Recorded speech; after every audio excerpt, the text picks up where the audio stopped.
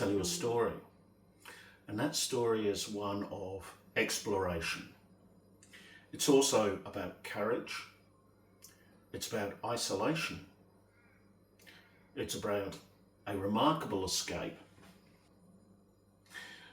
And it's about ultimately a huge failure. But I'm going to finish my coffee first.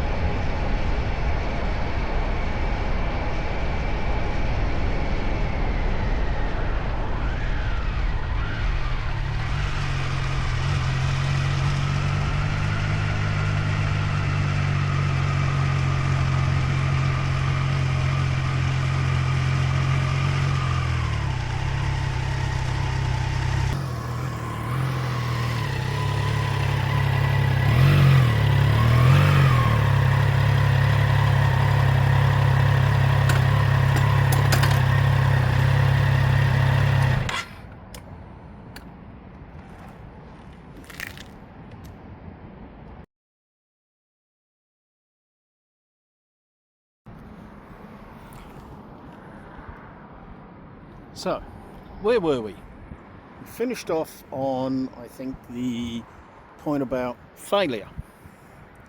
Total failure. An absolute mess. So, the situation was that before Melbourne became Melbourne, before Victoria became Victoria, separation of the states occurred back in 1854. There were some issues. So the background is, getting hot here, back in 1803 there was a race between the French and the British governments, and that race had to do with colonisation of Australia. So in reference to anxiety and concern, the British government decided that even though they had a colony in New South Wales, they wanted to spread that. They wanted to beat the French, establishing any further colonies in the area. So, with a request from the governor, initially the governor of New South Wales, Mr. King, Philip King was the governor of New South Wales, and he requested the British government to establish a colony further south. Now, very simply, the British government agreed to that, and they selected in command a chap by the name of Lieutenant Colonel David Collins. I got the name right that time. David Collins was in command of the operation. The operation consisted of about 400 individuals based on two vessels. There was the Royal Navy vessel, HMS Calcutta, and there was a merchant Navy vessel carrying supplies, materials, etc., as well as other passengers and personnel, which was the MV Ocean. Now they set sail in 1803, in April of 1803, from Southampton. 400 people. That was Marines, officers and crew of the vessels, free settlers, as well as family members, wives and children of free settlers and of prisoners and possibly crew. It's not specific enough. What that entailed was a couple of months at sea, an arrival in Port Phillip Bay, a part of Port Phillip Bay known as Sullivan's Bay. Excuse my heavy breathing. It's getting warm. So, they rock up in October of 1803, select their landing point, and decide to set up shop. Labour is provided by the prisoners, so they are there to clear the land, they erect the tents, build temporary shelters, or etc. But they discover that things aren't as rosy as they initially seem. In a very short time, there are morale issues, supply issues. The wood to be used locally isn't the best. The water supply requires a lot of effort. There's nothing really very close. They've got to travel to get the water. So there's a distance involved. And the other big point, apart from water and the wood material supply issue, is the soil isn't really conducive to the growing of food. And this is Sullivan's Bay directly behind me. So you've got three components there against the group that have arrived. As I said, they turned up in October 1803, and things initially look pretty good, but it's not working out. There's some disruption, discipline issues, prisoners are escaping, there are executions, there are disgruntled settlers, and there's some noise in the background if you can hear that. How's my hair, by the way? Anyway, point is, a couple of prisoners escape in court. On a side note, there is one chap that gets away. This fella is called William Buckley. And if you've ever heard the phrase Buckley's chance, urban myth is it's derived from his name. William Buckley escaped the settlement and was never seen again for at least 30 years. He ended up effectively being adopted by a local indigenous tribe, and they kept him safe. He got married, I believe he had a couple of wives, and he spent the rest of his days out in the bush for a bit. However, back in 1834, he did meet up with some officials, some other individuals, and became a bit of a spokesperson for local indigenous tribes in the area. However, William Buckley is another story, and he did have an interesting little adventure following all that, and some of his exploits, and we'll deal with those in another vid. So, back to the settlement. So the settlement isn't doing too well. Gets to a point where, because of water, timber, soil issues, disgruntled personnel, they decide, or Lieutenant Colonel David Collins decides, okay, this isn't working out. We're going to abandon the project. So, what he does is he packs everything up and he decides to head further south. He doesn't go over to Geelong or further up the coastline towards Melbourne.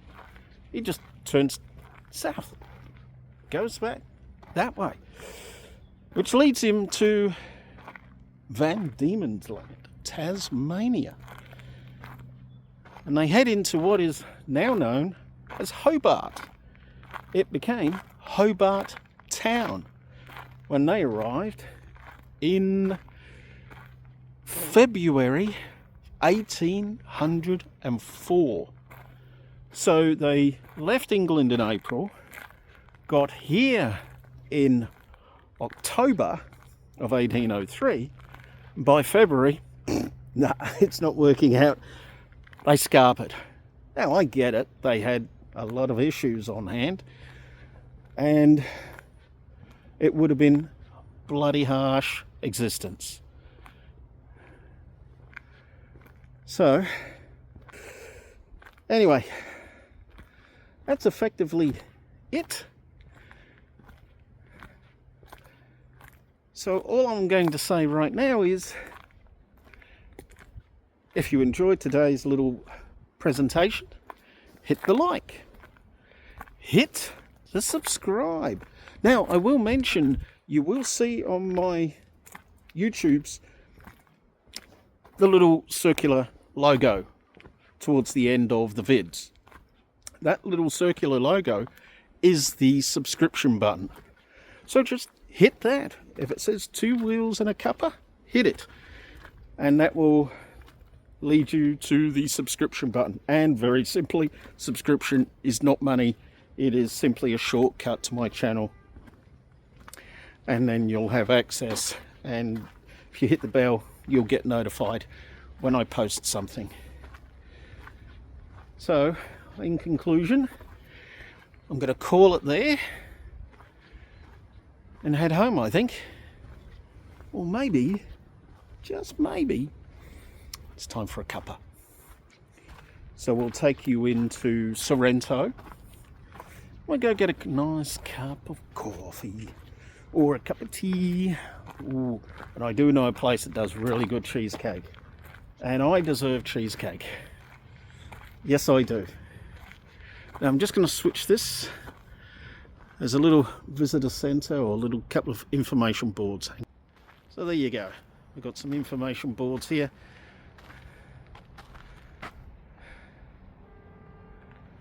Oh, look at that. That good looking chap there. Lieutenant. Became a governor. David Collins. Oh, there we go. 1802, Governor Philip Gidley King. That's that chap.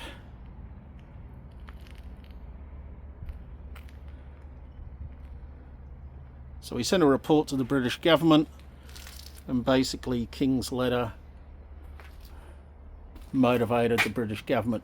It was the Bunwarang people. Bunwarang people, traditional owners.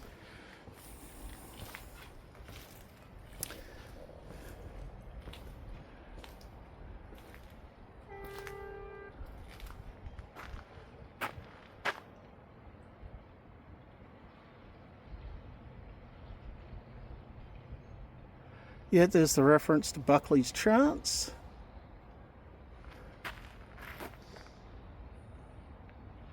Okay, and it was a Wadawurrung people that took care of him, that he lived with.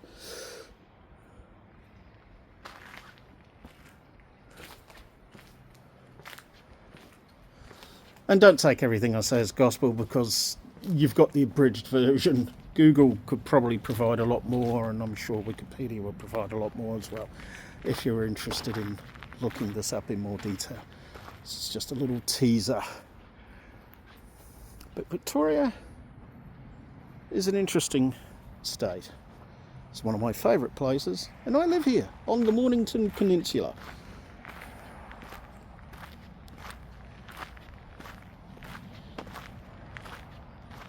Now, I couldn't find it, but I'm sure I remember a stone headstone, one of the fatalities around here somewhere, many years ago, before they built that centre behind us. But yeah, no idea. Not now anyway. So imagine, if you will, 2 tall sailing ships sailing into this area in 1803.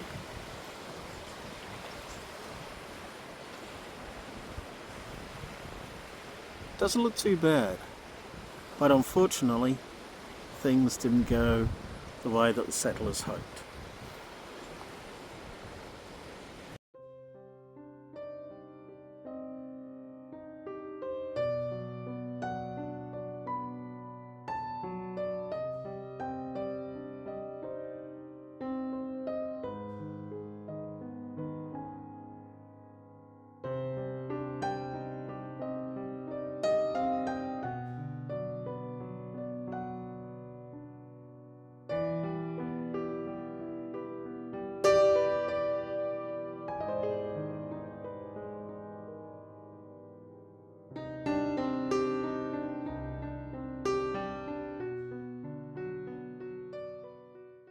Sometimes history isn't about success,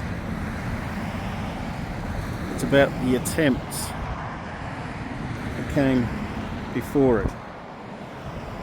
And Sullivan's Bay is the first step towards creating Victorian.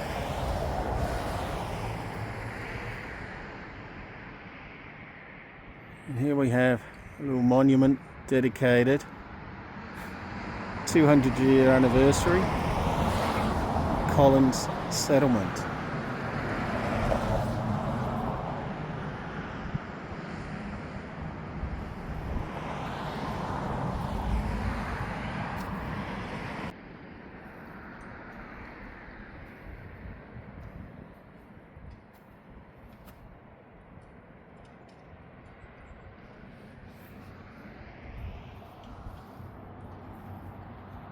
So there you have it, Sullivan's Bay, first attempt to settle in Victoria, total mess, total smeg up as they say, but it's just the way it goes. Alright, we're going to call it quits, sign off there for the moment. I'm going to go get a coffee, we'll take you with me. And do a little drive through Sorrento, main drag, and as I said, cheesecake and coffee. That's the time of the day it is, I think. So we'll sign off here.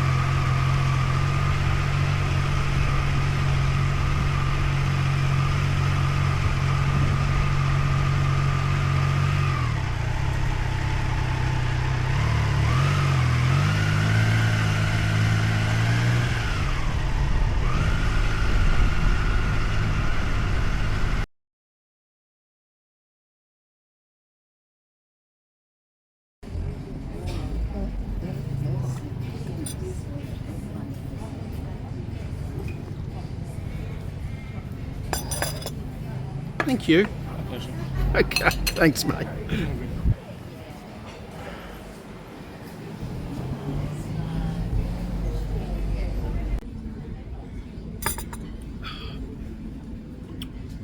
That's good. I needed that. A young lad just came by while I was filming the cup, and wasn't quite sure what I was pointing the camera down, so he just politely laid the plate down with the passion fruit. I've missed out on the cheesecake. So apparently it's a passion fruit sponge. It will do. I would have preferred the New York baked cheesecake, but it will do the job anyway. And this is a popular little venue. It's the Vanilla Slice Cafe in Sorrento.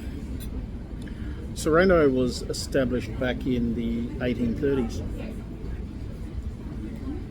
And currently, from the last census, apparently has a population of about 6,000 people. But it's very popular, particularly in the summer, and it's very popular for those who are getting the ferry over to Queen's Cliff. A lot of people frequent the restaurants and the cafes and the hotels, etc. So I'm going to drink my coffee, I'm going to eat the passion fruit cake sponge, and we'll be with you shortly.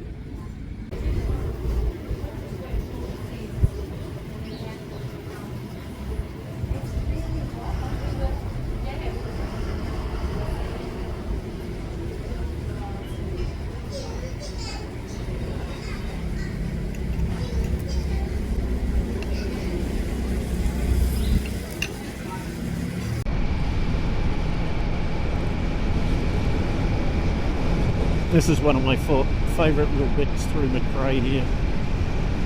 It's this nice open stretch just around the coastline. Absolutely gorgeous. Really nice.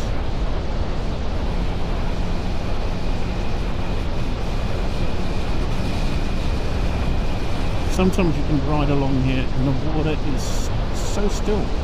It's like a sheet of glass. No waves, nothing, it just doesn't move.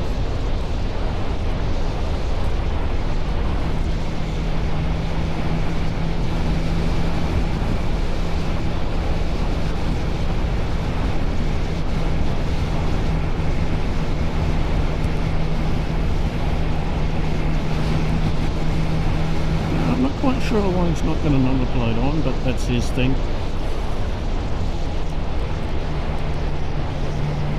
Hell, you may have just bought and have a permit. There's all sorts of options available. It's not quite riding it as if he's stolen it, so.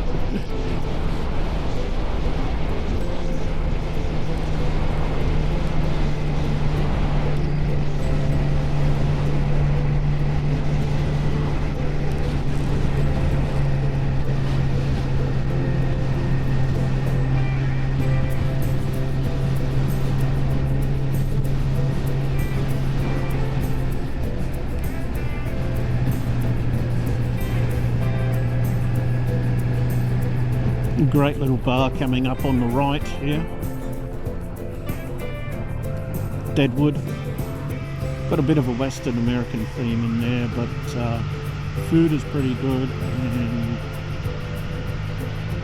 and the beer.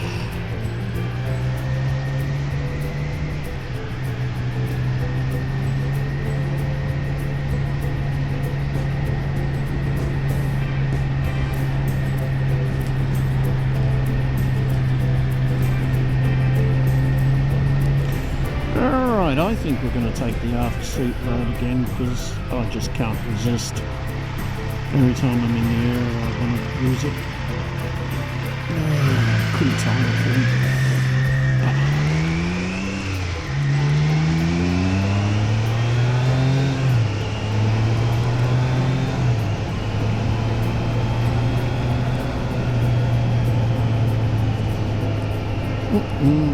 Better watch it, speed, Steve.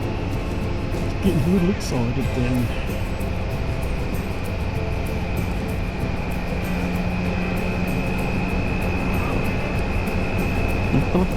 I'd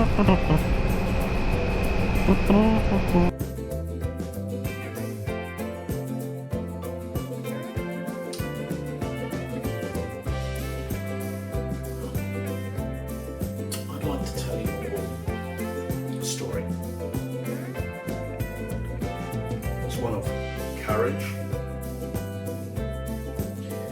It's about exploration. Start again.